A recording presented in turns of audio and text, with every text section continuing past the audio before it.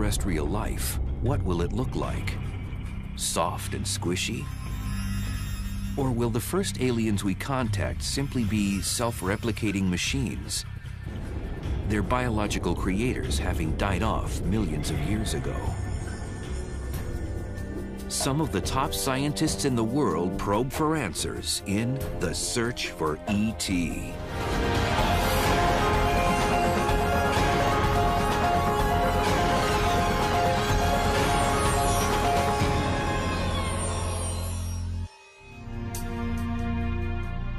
It is the question that has kept many people awake at night, staring at the stars, pondering the possibilities.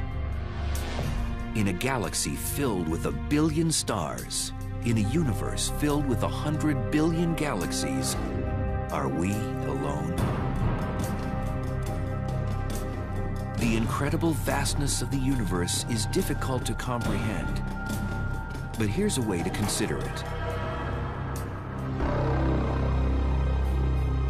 If you were to shrink the sun down to the size of a marble and put it on a sidewalk in downtown Manhattan, the Earth would be a pinprick about 4 feet away.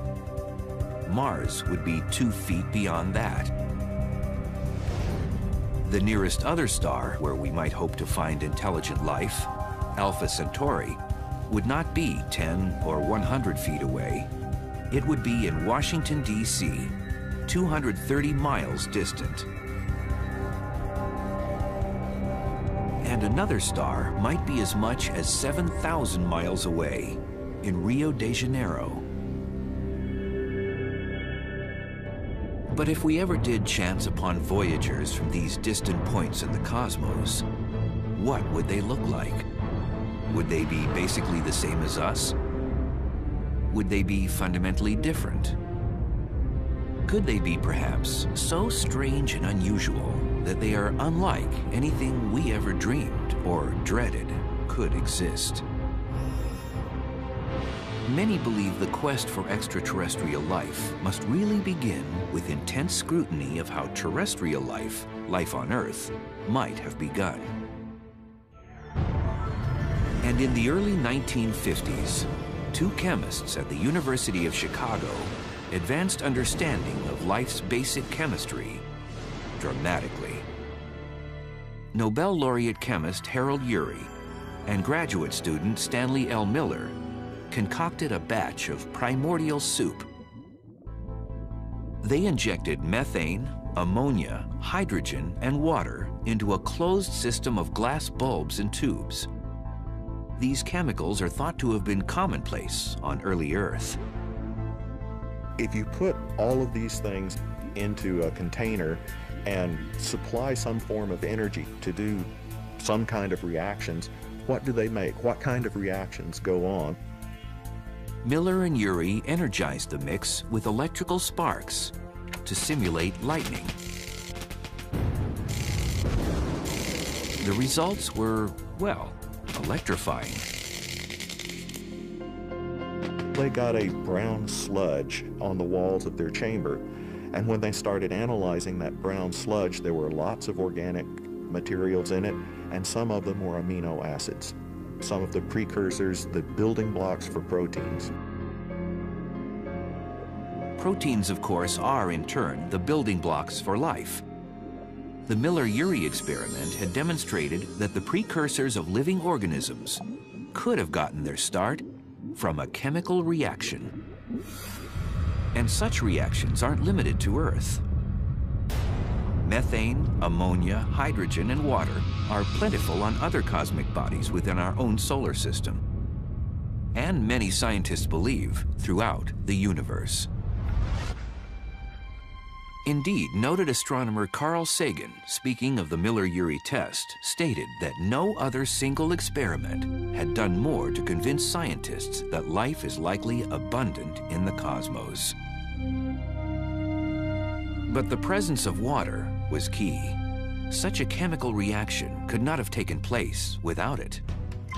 Water is very good at dissolving materials, much better than many other liquids. And so you can dissolve all sorts of nutrients and chemical, products, things that can act as catalysts, things that go through the chemical reactions of life. So water is an excellent liquid for storing all of those chemicals. On Earth, where liquid water exists, no matter how extreme the environment, some form of life also resides. It resides at ocean depths so great, sunlight cannot reach them. It resides in damp, rocky crevices, miles beneath the Earth's surface. And it even resides in the extreme salinity of an ancient California lake, with a salt content above 10%. That's 3 times the percent of salt in the ocean. But life on Earth also needs carbon, which was in fact the primary substance generated by the Miller-Urey experiment. All life forms as we know them consist in large part of carbon molecules. Life needs some sort of ability to create long molecules that can store information. So carbon is amazing at building long molecules. So for example, the DNA molecule is sort of 1 billion base pairs long. If you stretched out a single DNA molecule from one of your cells, it would be a yard long from a single one of your trillions of cells. And so you need something that can store the absolutely huge amount of information that it takes to build a creature like a lion or a human or a tree. But if life has taken hold elsewhere in our galaxy or beyond, would these conditions necessarily hold true? Would extraterrestrial life be water and carbon based? Would DNA shape intelligent life? And would the aliens look anything like us?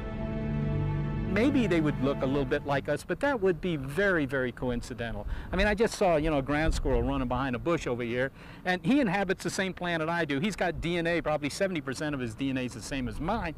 He doesn't look like me, so why would the aliens look like me? They probably wouldn't.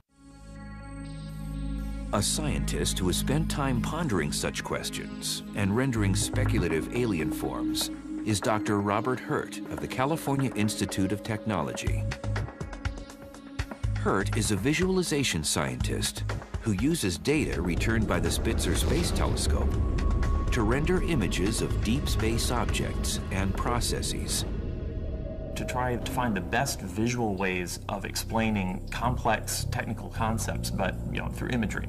The planets that are being studied around other stars, the ways that stars and nebula form, processes going on in galaxies and the distant universe, all the way out to the edge of the Big Bang. But for this program, Dr. Hurt has agreed to use known scientific data to render a speculative alien life form. For his alien world, he's chosen Jupiter. A real challenge, since Jupiter is essentially a giant gas ball. Now here we have a place where there is no land to speak of. The atmosphere is made primarily of hydrogen and helium gas, though it's rich with organic compounds. And as you go deeper into the atmosphere, it gets warmer and much higher pressures. So as a kind of thought experiment almost, it was posed, what did you imagine living in an environment like that?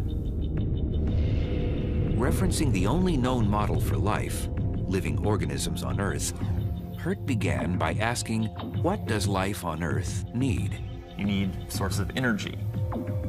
You need the chemicals that life on Earth needs to build, the materials that it's constructed from.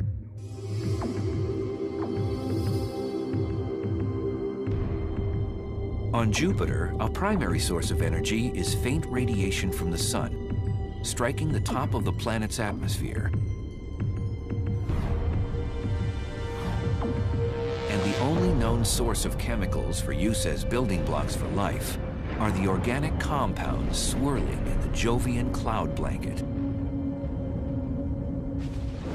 In considering a potential life form that could take advantage of both long-term, Dr. Hurt remembered an idea originally postulated by Carl Sagan in the 1970s, the notion of a sort of living gas balloon. Such a creature could remain aloft in Jupiter's atmosphere indefinitely.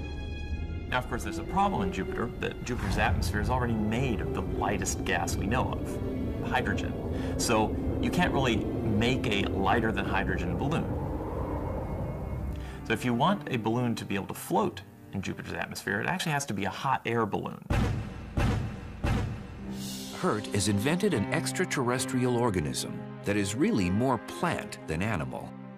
A balloon-like plant inflated and kept buoyant by hot air. Now, it's going to be really expensive in terms of biology to generate that heat yourself.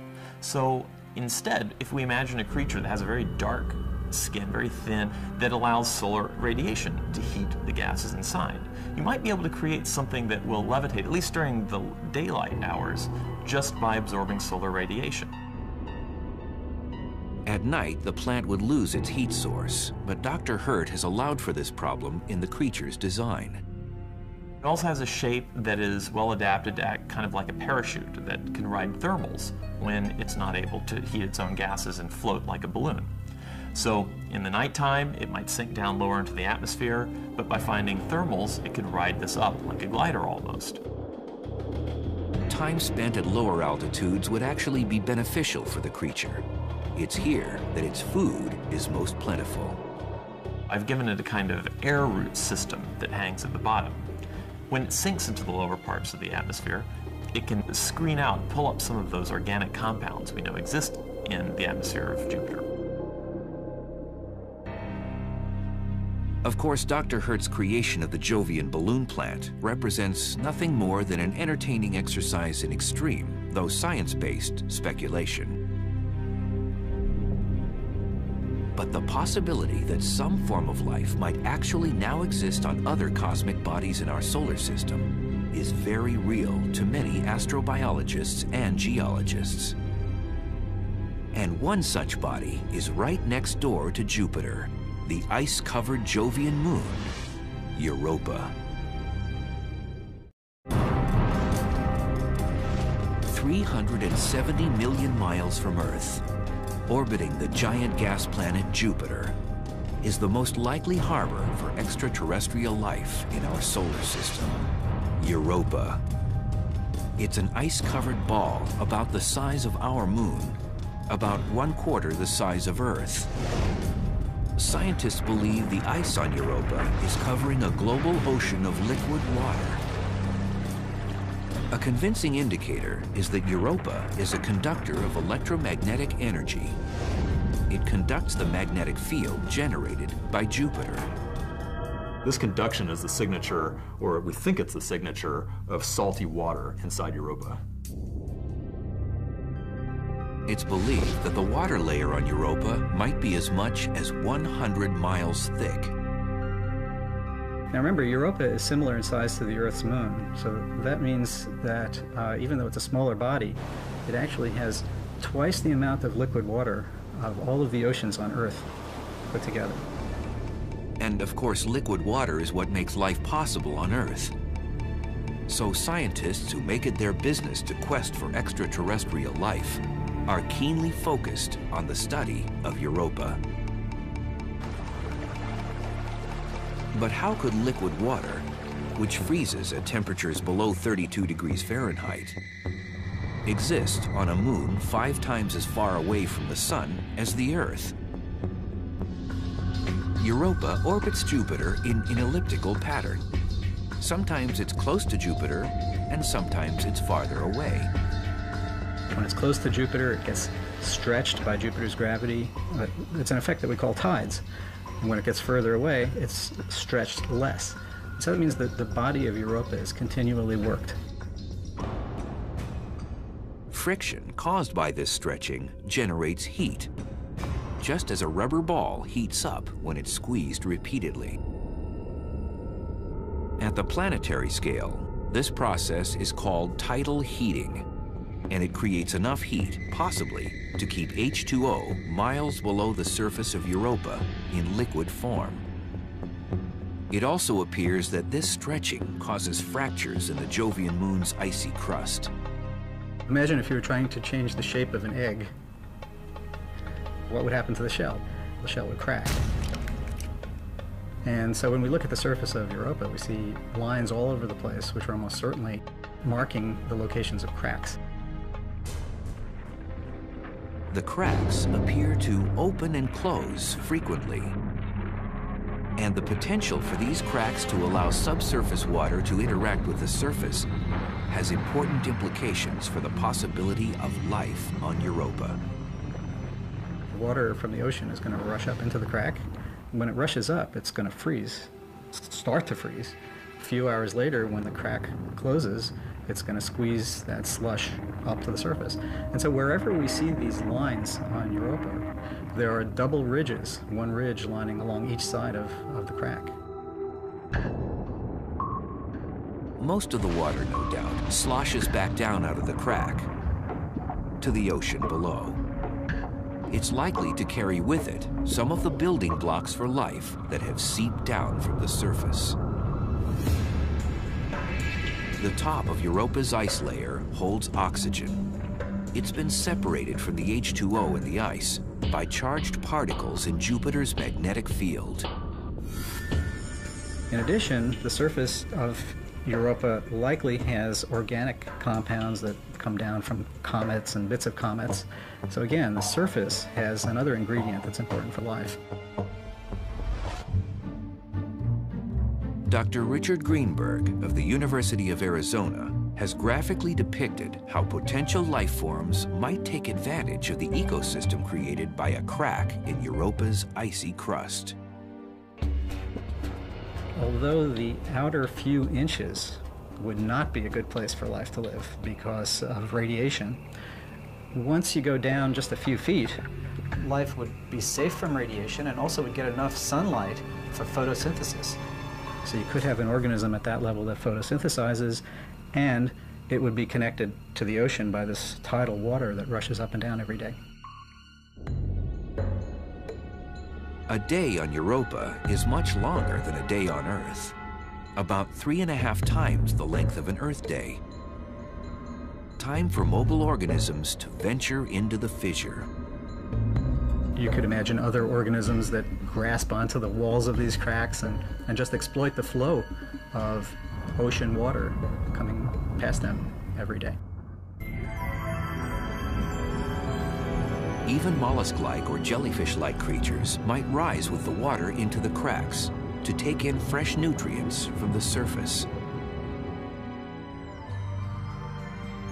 Life in Europa's ice-covered oceans may also draw energy and nutrients from a place other than the icy surface. It's possible that residual heat at Europa's core has resulted in deep-sea hydrothermal vents. On Earth, such vents host multiple forms of exotic life. What happens is that reducing water that's very hot and has lots of heavy metals comes out through the groundwater and is injected into the ocean itself. And there's a huge gradient in the chemical composition that life can feed off of. This chemical source of energy allows huge populations of bacteria and other very small life forms to exist. And there's a whole ecosystem, a whole food chain on top of that, leading up to fish and various worms that thrives at those locations. In recent years, talk has arisen of sending a lander to Europa that could penetrate the ice and probe for life. But Europa expert Richard Greenberg believes that a lander might uncover signs of life without penetrating the ice. If we send spacecraft to Europa to look for life, it might be pretty easy to find it, easier than people have realized. Most planning has considered how do we get through these miles of ice to get down to the ocean. How do you drill through or melt your way through? It may not be necessary. If you can land in a place where liquid or ice has come up from the ocean recently, you might find signs of organisms in that ice. Or if you land really smart and find an active place, you might actually be able to sample real fresh oceanic water. The risk in that case, some feel, would be contaminating the icy moon. If we had microorganisms that stowed away on a spacecraft that landed on the surface of Europa, And those microorganisms found their way into the liquid water of Europa. We might later discover life on Europa that was life that we had sent there. But elsewhere in our solar system, on another distant moon, earthly contamination isn't a danger. Life here would simply be too exotic. Since 2004, a NASA probe dubbed Cassini-Huygens has orbited Saturn, making multiple flybys of Saturn's largest moon, Titan. Titan is an enormous planetary body, the second largest moon in the solar system, 50% larger than the Earth's moon. If it wasn't in orbit around Saturn, Titan would be a planet in its own right. But most impressive of all, Titan, many scientists believe, could now, or at some point in the future, be an abode for life. The geology is very much like Earth's. All the processes that we have on Earth, wind, erosion, lakes, volcanism, mountain building, impact craters, we find them all on Titan, and so Titan is very rich in terms of geology. But at 840 million miles from the Sun, 9 times farther than Earth, Titan is beyond freezing. The mean temperature on its surface is almost 300 degrees below zero Fahrenheit. It is so cold, and water on the surface of Titan is frozen to such an extreme state, it behaves like rock. The rocks in this blurry photo taken by the Huygens lander are, in fact, water. It is so cold that hydrocarbons that are gases on Earth, such as methane and ethane, are in a liquid state on the surface of Titan. The Cassini flybys have spotted them. We're seeing a lot of what looks like organic materials on the surface, and we're seeing large bodies of liquid, but it's not liquid water, it's liquid methane with possibly some ethane dissolved in it. There are huge lakes on the size of Great Lakes or small seas. Astrobiologists are beginning to entertain the notion that organisms could have developed in those lakes. Life could be very, very exotic. We have been thinking of life in terms of water and liquid water, but could there be life in liquid hydrocarbons? Perhaps. Life on Earth exists in some very difficult places that you wouldn't expect to find life. And we call these organisms extremophiles. That's because they can live under extreme conditions. For example, here on Mona Lake, very alkaline lake, and yet extremophiles have been found living here. Another possibility is that life formed much earlier in Titan's history, when a great deal of heat from the initial formation of the moon remained. At that time, conditions on Titan would have been very similar to those on primordial Earth. There's a lot of water there, there's a lot of nitrogen, a lot of other things. So you've got warm water, nitrogen, carbon.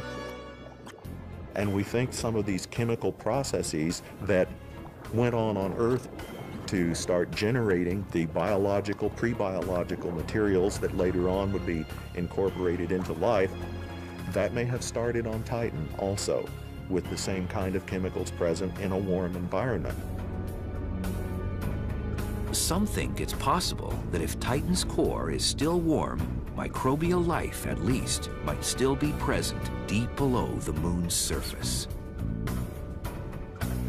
Living organisms have been found thriving in damp rock crevices 2 and 3 miles below the surface of the Earth.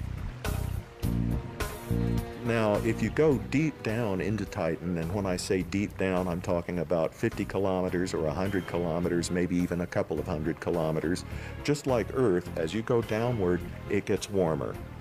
And it looks like probably at Titan there are materials mixed in with the water, such as ammonia, that can act as antifreeze. And we know this liquid water is a wonderful medium for all kinds of chemical reactions, including the reactions that generate amino acids and other prebiotic chemicals. At present, though, close observation of Titan's surface is limited. The moon is cloaked in a dense atmosphere of nitrogen and methane. The Cassini probe is equipped with an infrared imager, but photos shot in a visible wavelength are often much more useful to analysts.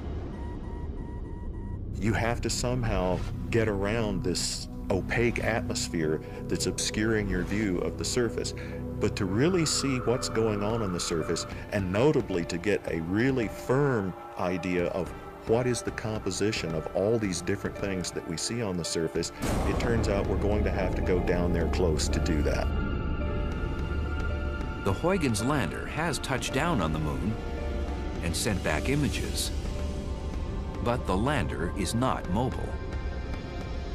When you land on a planet, of course, that brings tremendous advance in terms of science, but it's only one spot.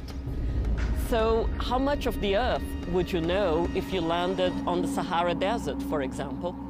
You wouldn't see the kind of life that we see here.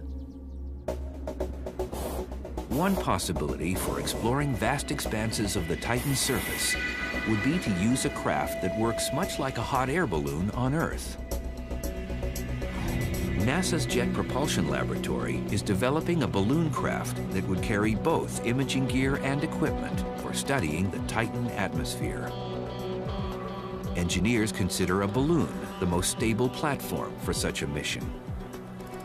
If a balloon loses its electronic control for several hours, no big deal. You can have something on board that senses that and tells the balloon, okay, close your ascent-descent valve and just go to a safe altitude and sit there until you get further instructions. But while complex missions to far-off moons within our solar system are exhilarating and often return great scientific insight, the promise of discovering more than primordial extraterrestrial life is slim at best. The hope of finding intelligent, technology-producing life seems greatest when we look beyond our solar system to neighboring stars. While we may never encounter such life, for most scientists who study the universe, the notion that it exists somewhere makes perfect sense. Life tends to evolve to become more successful, and one of the things that makes organisms successful, it seems, on Earth is to become intelligent. So it seems quite plausible to me that there are creatures that have some sort of intelligence on other planets. If one of those starts out 1 billion years before our solar system started out, and it takes that one 1 billion years longer to get to that point, well, they're at the right time right now. And at radio telescope installations across the globe, we Earthlings are listening for them. Oh, well, howdy doody, boys and girls! We have been sending signals into the void for decades. Every broadcast on this planet, every FM radio wave, every television transmission goes out into the infinite for all of eternity. Could anybody out there be listening? And how long would it take our radio signals to cover the distance?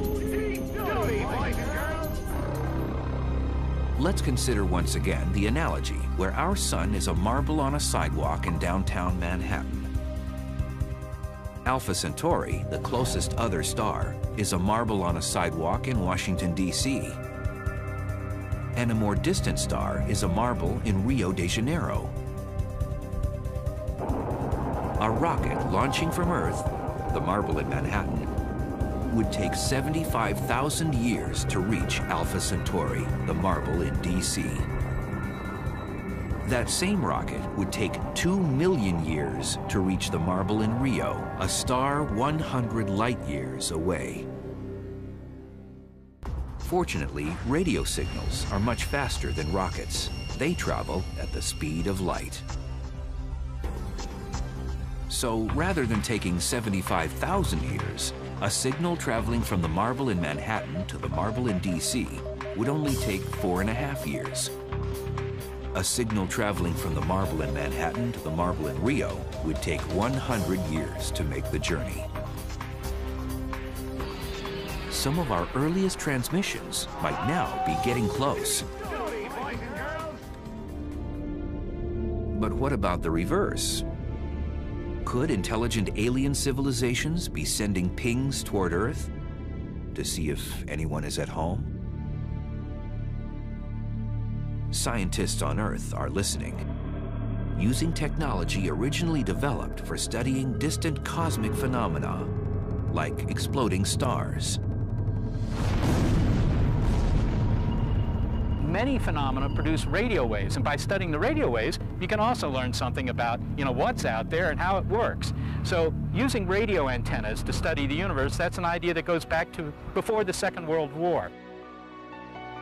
The huge radio antennas used today, called radio telescopes, are so advanced and so incredibly sensitive, they can easily detect the energy of a flea hopping. They're just big reflectors, right?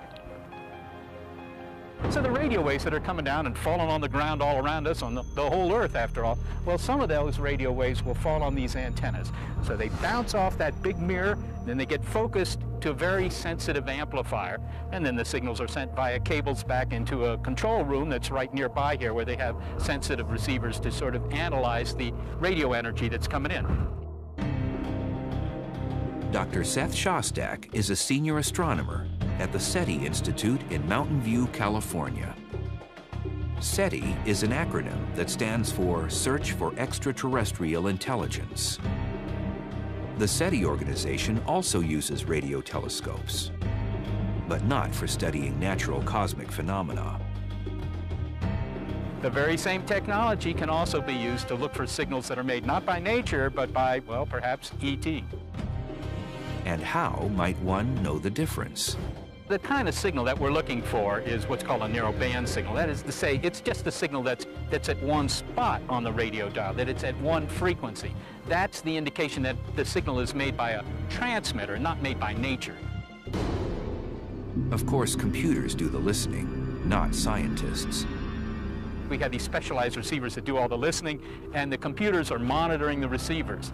So typically, we'll have receivers that monitor, say, 100 million channels at once. So if the computers see a signal that looks like it might be extraterrestrial, as opposed to a radar at the local airport or telecommunications satellite or something like that, then the computer will follow up on that signal, and if it's beginning to look like, yeah, this might be the big one, then it'll call us up and draw it to our attention. So we don't have to sit there and be bored all the time.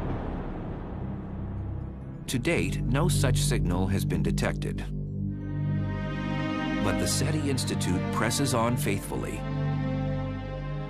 Rightly so, in the minds of many prominent astronomers. Absence of evidence is not evidence of absence. So we can't say, well, SETI hasn't found anything so far, so obviously there are no other intelligent civilizations out there. No, we can't say that, and I support their continuing to look. There are hundreds of billions of stars in our galaxy and hundreds of billions of galaxies in the universe. Just by sheer weight of numbers, I would be surprised if there is not intelligent life somewhere else in the universe. With so many possibilities, how do SETI astronomers determine exactly where to focus their telescopes and efforts? You want to pick star systems that have a good chance of maybe having a planet something like this one, so that there's a greater chance that you have intelligent life. But we don't really know very much about what kind of planets these stars have. So we just have long lists, literally millions of stars, relatively nearby our cosmic backyard, and we just work our way through them. And what would happen if one day a SETI radio telescope picked up a signal that looked like it could be an alien transmission? One thing you would certainly do if you picked up a signal is say, look, I'm not going to believe it until somebody else can see it as well, because, there could be bugs in the software or hardware that are fooling you here. So what you would do is at the point where you thought this looks real, you would call up somebody at another radio observatory where they also have antennas just like this and tell them, look at that part of the sky over this range of radio frequencies, this part of the dial, and see if you find anything. And if it were confirmed at 2 or maybe 3 observatories, I think at that point you could safely go and have your press conference. But what if our first contact with ET isn't through radio signals? What if ET arrives in a form we don't recognize? The first alien delegation could reach Earth in the form of machines, so tiny human beings cannot detect them with the naked eye. Step forward. You speak English? We speak every language. Since the 1950s, at least, science fiction films have consistently depicted potential alien beings as human-like. Homo sapiens? Slaves. One particular alien form has been widely popularized in recent decades. UFO enthusiasts believe the U.S. military recovered bodies from crashed alien spacecraft in the 1950s. These alleged extraterrestrials are essentially frail miniature humans with oversized heads. Little gray guys that usually have big eyes, they don't smile a whole lot. But they're always sort of soft, squishy, organic things. Maybe they don't have DNA, but they're biology. They're alive. It's an easy anatomical form for human beings to comprehend and accept. Is that what ET would really be like? Maybe. I mean, you know, it's a good guess. That's what we're like.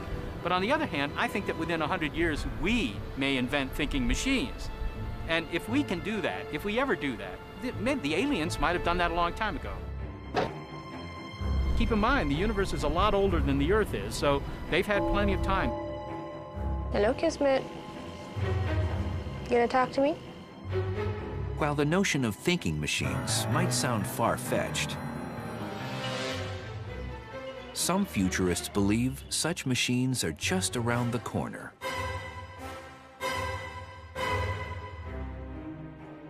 We're shrinking the size of transistors on an integrated circuit. So every 2 years we can put twice as many on a chip, and they run faster because they're smaller. And this has been true now for decades.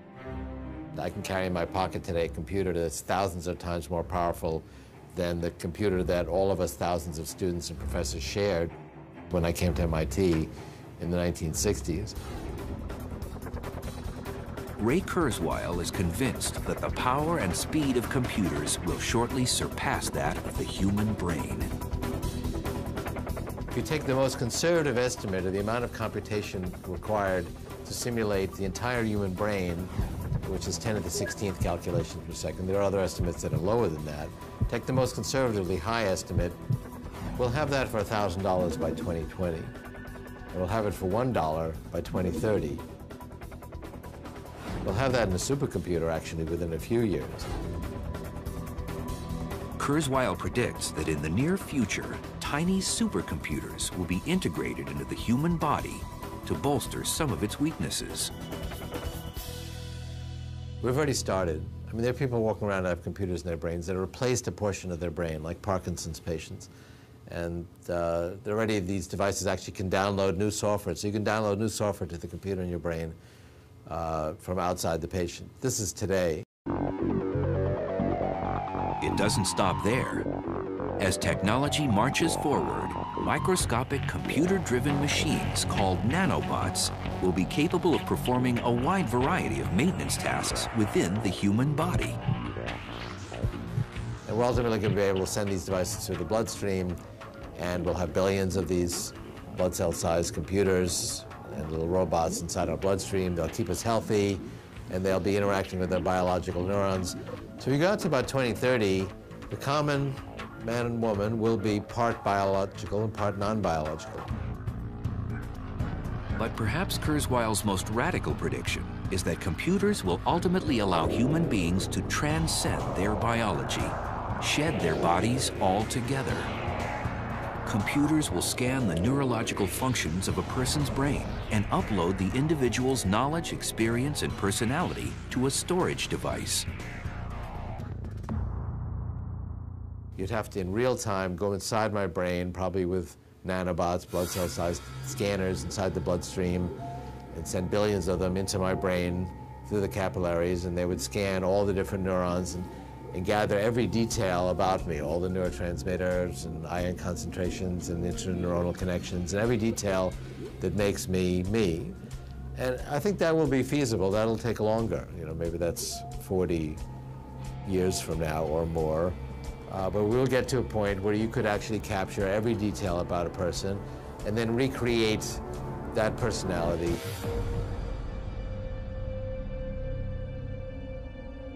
The implications are, of course, staggering. Chief among them is the possibility of immortality. You can back up your files. If the hardware dies, it's not the end of your files. You just copy them over to a new machine. The whole personality of your machine can be preserved. You can make another copy of it.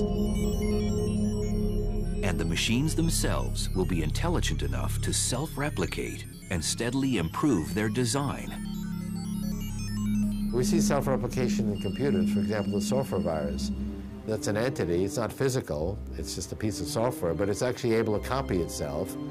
So someone can put out one software virus, and it's busy copying itself and then moving through the internet, and pretty soon it can be on 1 billion computers. So that's self-replication. And of course, intelligent machines that are both immortal and much less vulnerable to radiation and other hazards of space could possibly survive long-term interstellar voyages.